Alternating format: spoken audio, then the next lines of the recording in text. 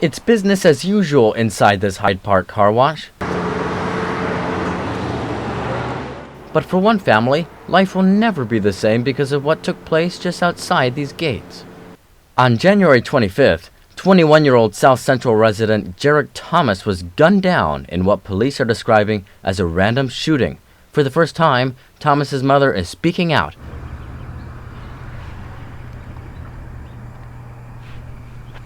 So, he was a good kid. He was 21. He was a good kid.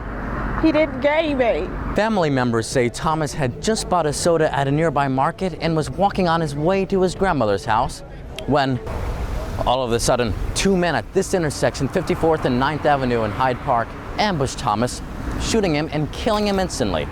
As for Thomas's mother, Demetra, she says she'll never find closure until her son's killers are brought to justice. To know that this is still out here on the streets, this little punk, and he can actually kill again?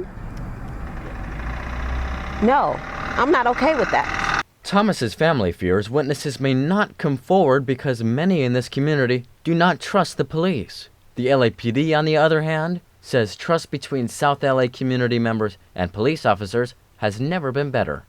5, 10, 15 years ago, gathering of witnesses was very difficult to do because people did not want to communicate with the police department. But now that we have these relationships, there's trust. So the initial part of the investigation, when investigators first get out there that night, when the uniform officers are first gathering witnesses, we're getting good solid leads from the get-go, and that's critical in solving homicides. And while detectives continue to work many leads on the case, many challenges remain before the killers may be identified. Chris Browling is the lead investigator on the case. In this case, all indications appears that the suspects and Gerrik didn't know each other, that they're strangers. And those cases make them more difficult or more timely to get to the bottom of, as opposed to two people who have some type of acquaintance or knowledge of each other. How can justice be done for your son?